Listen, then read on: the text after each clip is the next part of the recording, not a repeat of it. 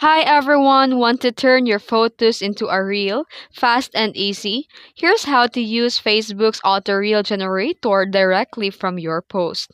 Let's get started. First, open the Facebook app, then go to your timeline or gallery. Then tap on any photos, post you want to turn into a reel. Then tap on the reel button and select multiple photos or videos.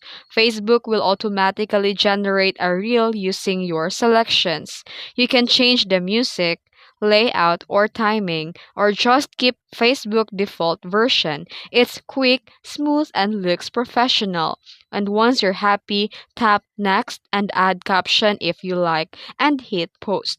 Your reel will be live and shareable instantly. And that's it. Create a stunning reels from your post in just a few taps. If you found this video helpful, please like, subscribe, and hit that bell icon for more tips and tricks. Thanks for watching.